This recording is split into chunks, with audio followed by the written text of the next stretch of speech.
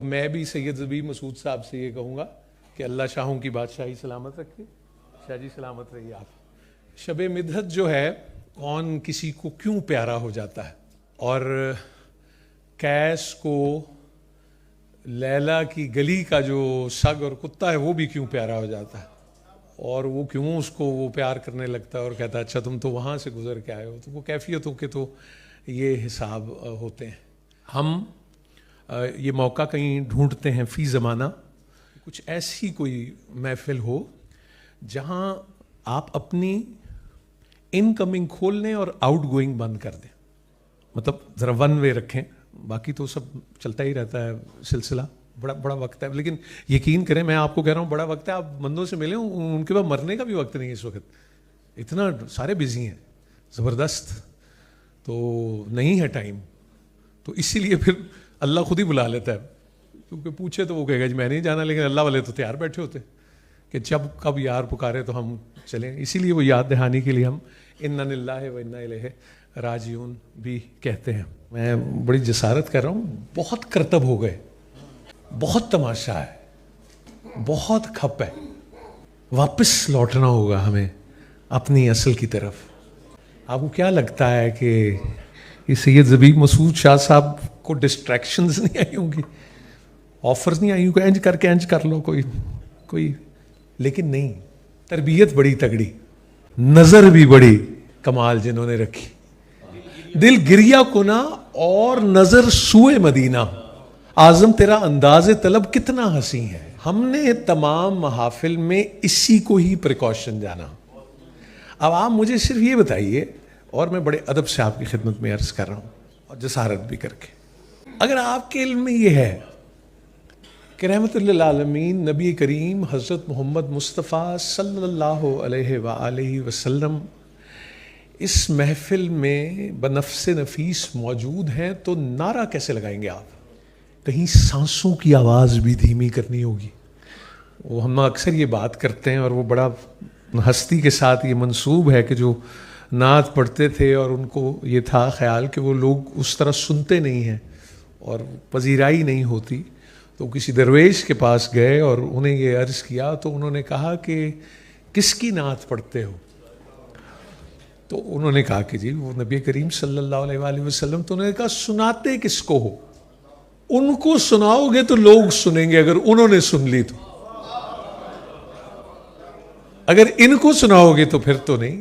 اس لیے میں نے اپنے بچپن سے، ہم نے جب بھی یہ سنا تو وہ ایسے ہی سنا کہ نعت رسول مقبول بحضور سرور کائنات حضرت محمد مصطفیٰ صلی اللہ علیہ وآلہ وسلم. تو یہ مزاج جو ہے وہ بنتا ہے، اور یہ ہماری تربیت کا حصہ بھی تھا. بعض جگہ بزرگ اب منع کرنے سے نہیں منع کرتے، وہ کہتے ہیں بچے وہ ہیں شوق، لیکن وہ ایڈیٹوریل بڑا ضروری ہے. بزرگ جو ہے نا، یہ آپ کو ظاہری رخصت کے بعد پتہ لگتا ہے ان کا کہ وہ کون ہے بعض وقت، لیکن پھر تو بڑی دیر ہو جاتی ہے. ہاں اگر صرف فزیکل رشتہ ہی تھا تو وہ تو ختم ہو گیا، اور اگر اس سے زیادہ تھا وہ تو اب شروع ہوگا. پھر تو ایسے ہی ہے نا جی. آپ کہیں جی ہاں جی میرے ابا جی کا وصال ہو گیا، واصل حق ہوئے، لیکن کیا صرف اتنا ہی رشتہ تھا بس؟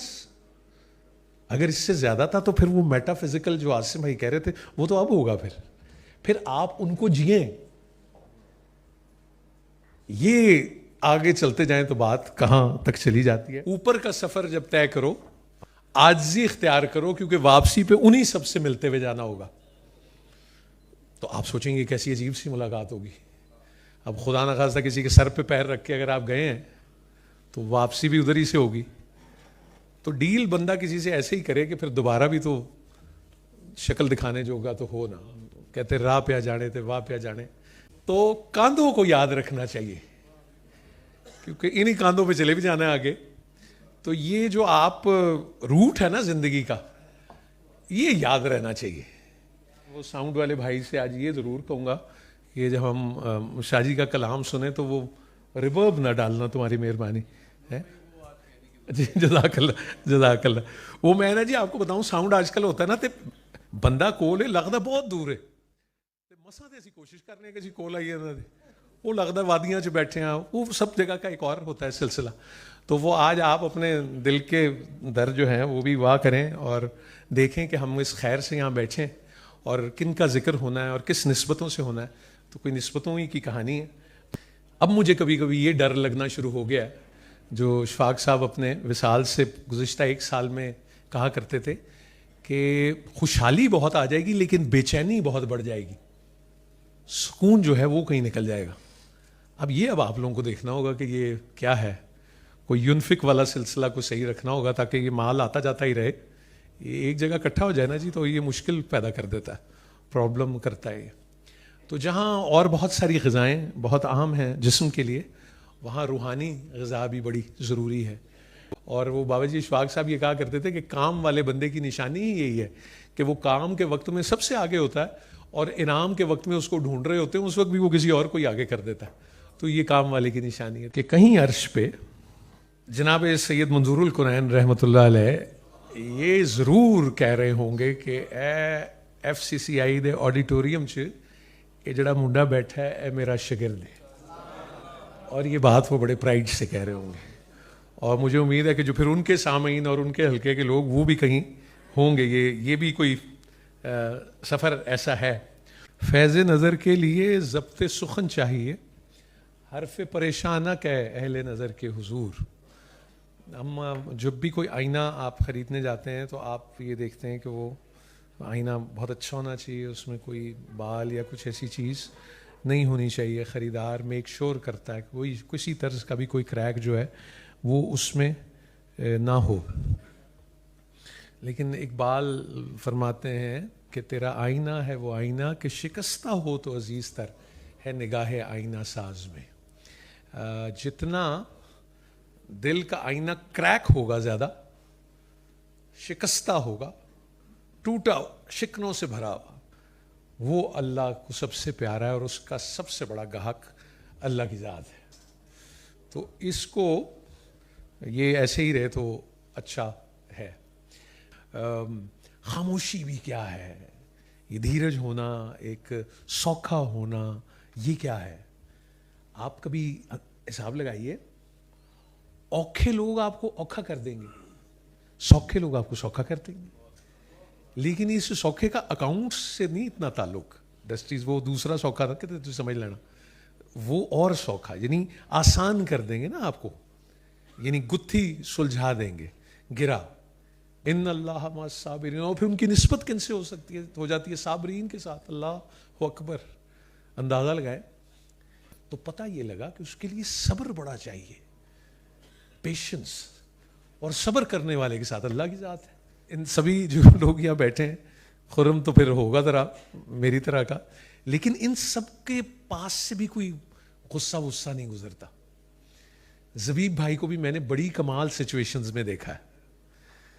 اور شاہ جی حق بات پہ نو کمپرومائز.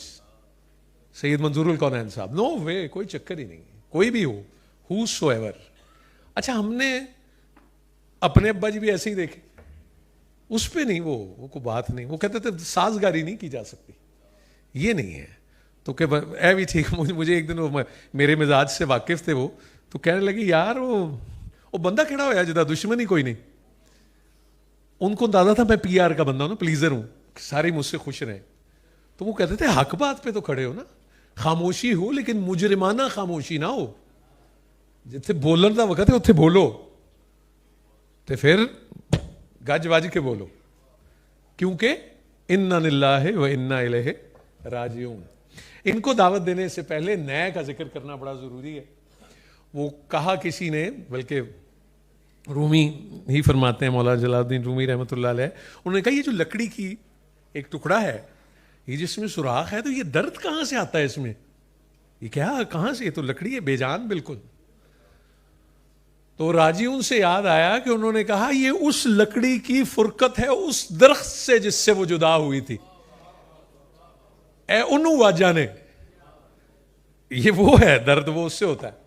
تو درد کو جتنا اچھا یہ سمجھتے ہیں اور جتنا اچھا یہ سمجھاتے ہیں، بڑی دعائیں ہیں ان کے لیے، اللہ ان کو سلامت رکھے.